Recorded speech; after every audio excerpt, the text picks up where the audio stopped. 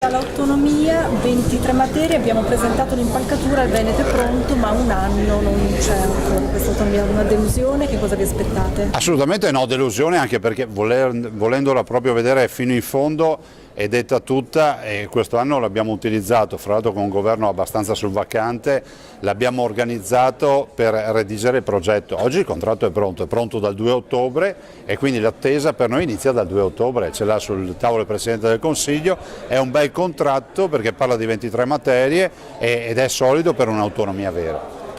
Che cosa vi aspettate adesso? Ci aspettiamo celerità, i veneti sono abituati a fare le cose, sono pragmatici, hanno avuto il coraggio di fare un referendum, lo hanno vinto, ci siamo addirittura autoimposti il quorum, lo abbiamo sorpassato arrivando al 60% dell'affluenza alle urne, adesso si va avanti. Del resto questo cambiamento epocale non riguarderà solo il Veneto ma riguarda l'Italia intera, perché tutte le comunità dovranno avere la loro autonomia. Lei è fiducioso che le perplessità dei ministri pentastellati si possano risolvere in breve tempo? Questa attesa quanto durerà? Potrebbe durare? O è disposto a farlo? Guarda, io sono fiducioso sul piano politico perché i compagni di viaggio al governo, i pentastellati, i grillini, chiamateli come volete, si sono spesi per il referendum del Veneto a favore del sì.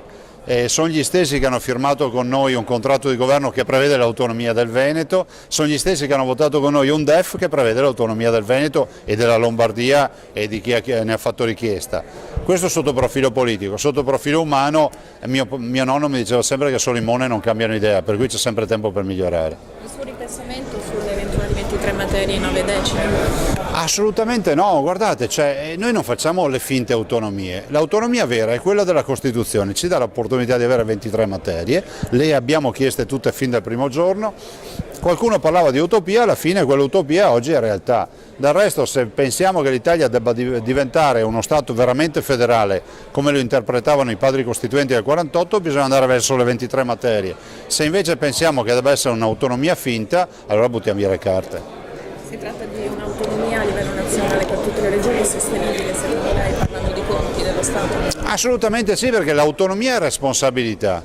Fatti salvi i saldi e fatta salva la solidarietà e la sussidiarietà nazionale, cioè aiutare chi non ce la fa, del resto poi gli sprechi li dobbiamo tagliare. Quando vedo che c'è un dato nazionale che esce dal MEF che dice che in Italia, se applicassimo la virtuosità di regioni come la Lombardia, il Veneto e altre regioni che sono virtuose, a tutte le regioni italiane avremmo un risparmio di 30 miliardi di euro, capisco che abbiamo 30 miliardi di sprechi a livello nazionale.